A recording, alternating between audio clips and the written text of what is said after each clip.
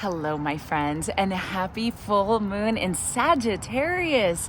Today is such a beautiful full moon. It is called the flower moon, so I'm sitting in my backyard where it is in full bloom. And not only is it the flower moon, but it is being blessed by this really gorgeous conjunction between Venus, the planet of love and beauty and creativity, along with Jupiter, the planet of expansion and growth. And Jupiter is the ruler of Sagittarius. So to have this really lovely conjunction happening, and a conjunction just means that from our perspective on Earth, when we look up into the sky, Venus and Jupiter appear to be in the same point. They are at the 29th degrees of Taurus, and they will soon be moving into Gemini. There's this parade of planets shifting the energy that started with the sun on the 20th when it moved into the sign of Gemini, starting this new season, moving from Earth energy. So Taurus is grounding, it is fixed Earth, and we're moving into Gemini, which is an air sign, and it's a mutable sign. So huge energy shift. Anytime a zodiac we move from one sign to the next, there's a big shift. But this full moon week, not only is the sun moving, but just after this full moon, Venus will move into Gemini, followed by Jupiter moving into Gemini. So there's just going to be a whole new energy signature present. And the question is, how are you wiser? Jupiter is our largest planet in the solar system, and like I said, the ruler of Sagittarius, which is all about wisdom seeking and philosophy, religion perhaps, travel, experiences, adventure. And with Jupiter as the ruler of the sign, it wants to expand that, it wants to grow that, it wants more. It's very much a yes energy.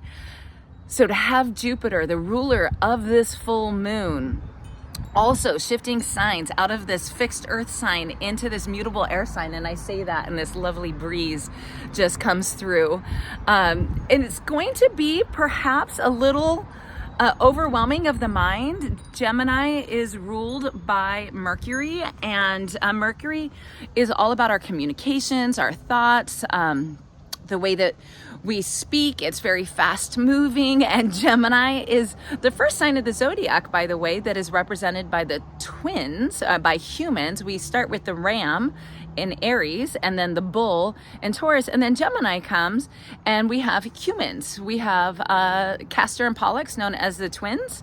And so it's like, now what are we, what is all of the thoughts, and how are we going to use the thoughts to grow and open us up and expand us and perhaps create something? Because again, with Venus entering in and Jupiter also being in the sign of Gemini, where Jupiter will be for about the next year.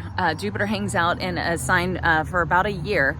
So what are we wanting to create? Perhaps you planted a seed of attention at the new moon a couple of weeks ago, and this is a really great time to check back in where you were not just 2 weeks ago and what you were thinking about, dreaming about, of creating and bringing forth into this world. But maybe you even want to go further back. Go a full 6 months back, or it's easy since we're coming up on June, which is crazy. It's going to be the midway point between 2024. And anybody else like, whoa, where did that go? But go back to the intentions maybe that you set for yourself at the onset of 2024. And check in with where you're at. How far have you come? What wisdom have you gained?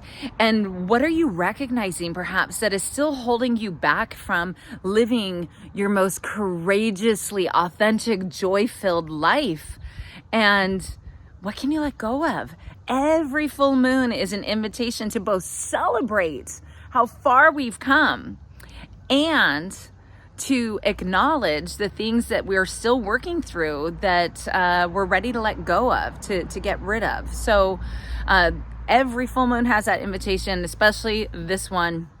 Let's see. The other thing that I wanted to mention just from an astrological perspective before I get into a quick story about creating beauty is that Jupiter is also forming a sextile with Neptune at the 29th degree of Pisces. And that's significant. The 29th degree is significant because it is the end. It is the last degree, and specifically 29th degrees of Pisces, where Neptune has been hanging out. And Neptune is our planet of our hopes and our dreams, but also our fears. In this very dreamy sign, Neptune is at home in the sign of Pisces.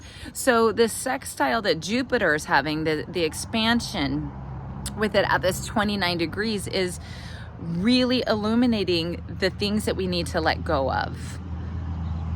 You know, it is really marking the end of a chapter and ushering in something totally new. At the end of March this year, early April, there were a couple of eclipses. We still have Chiron, the wounded healer, very active in Aries. It's actually about to be conjunct with Mars, its ruling sign, along with the North Node. So there's this healing and this new energy. The North Node is all about where we're going and what we're doing, and Mars is the warrior, like, let's go, let's do this, it's fire. And so there is just, in summary, I realize I've just mentioned so many planets and so many signs. You might be like, what actually does this all mean? What this means is a shift in energy, a really welcome shift in energy. If you have been doing the hard work at looking within, sometimes we look within by looking at the people and the circumstances around us. The people are reflective mirrors of us. Who we're surrounded by, what life circumstances are happening, are also those reflective mirrors of what is going well, what is not going well. And yeah, when we examine that and we see that it's really all us, it's our mind.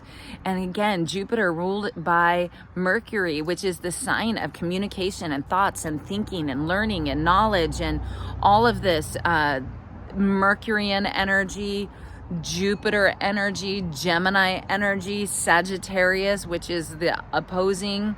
Gemini and Sagittarius are opposite each other, which is how we're having this full moon, sun in Gemini, moon in Sagittarius. It's really a new beginning, a new shift in energy. And I hope that as you think about where you are currently in your life circumstances, that if there's anything that just is not feeling good or right or aligned, that you sit with it. Allow yourself the space to, feel the hard feels if that's what needs to happen. Acknowledge them, release them, let it go, and then invite in something new and beautiful. And in this case, with Venus in this conjunction with Jupiter today, it's all about what can you create. So just a couple nights ago, I was at I was not at a filming. I was readjusting myself, and apparently that's too much thinking and moving at the same time. But I went to go see one of my favorite authors speak. I was at I don't even know what you call it. I was at a reading, but she wasn't reading. Elizabeth Gilbert, very long introduction to say. Elizabeth Gilbert, best known for her book Eat, Pray, Love, but also the author of many other books, including some of my favorites, Big Magic and City of Girls. And she was talking, and at the end of her speech, her talk, there was some interactive Q&A, and somebody had asked her, so they prefaced their question with saying, I'm not creative. I'm not a creative person. And to be honest, I don't even remember what the question is after that, because that's what stuck with Elizabeth Gilbert. Is she said, wow, that's exactly what she said, Jasper. Emphatically disagreed with this statement, I am not creative, because we are all of this same one source, and we were sparked in a moment of creativity, and we all have creative influences, and our ancestors have been created for, millennia. And it's only been in our modern world where we have television and we have media outlets where we see that those people are the creatives and I am a regular person. And she was very emphatic about that is absolutely not the case. We are all here to bring our own beauty and to spark our own creativity in whatever simple ways that is. Now, there are some who are going to make their life work out of their creativity, and there are others that can search for the creativity in places like their garden. What is something of beauty that perhaps you want to create in your home space? I, for one, am not a gardener. What is happening in my backyard is what I call a miracle and a gift left by the homeowners who were here before me. They planted something that is still growing and being appreciated. I can appreciate this. I just did not create it. My role with beauty, it has more to do with the inside of my home. And what I loved that Elizabeth said was that it could be as simple as setting a lovely table for one. You know, there are a lot of people who are alone. I know that a lot of my life right now is spent alone as I am coming out on the other side of my divorce and don't always have my children with me. But the sanctity and the beauty that can be created by just taking the time to set a really intentional table setting for one, you know, bring out the good plates, the pretty plates, light a candle, light some incense, whatever makes you smile. Perhaps it's rearranging the furniture in your room, or it's dusting something off. There are so many ways that we can be creative. It does not have to be on stage or, you know, publishing a book or playing music. It can be as simple as our everyday tasks. Look at your car. Take a look inside your car. When you get in your car, because many of us are in that a lot, you know, the energy is also picking up and there's a lot more movement. So perhaps it's looking at your car and saying, is this a beautiful space for me to get into? Or is it full of junk and wrappers? And can I clear that out? Not for anybody else, but for myself. For myself to just appreciate it and to feel good. That is the energy of this full moon. It is shining a light on creativity and beauty and expansiveness and wisdom seeking and knowledge and adventuring and going for it. It is really, really gorgeous energy. So I would love for you to let me know, how are you sparking some creativity? What is it that you are going to create for yourself under this full moon? What do you think, Jasper? I hear Gardner's coming and on the other side of our fence, so he's going to start barking. So I'm going to wrap this up with a couple songs for you. Obviously, I'm going to go with the obvious for this full moon in Sagittarius, and the songs are Drops of Jupiter by Train and Venus by Bananarama. I'm taking it back, going to some modern pop songs, and just hope that it gets that it can bring some rhythm and some joy into your world. And yeah. Okay, my dog is running around like crazy right now.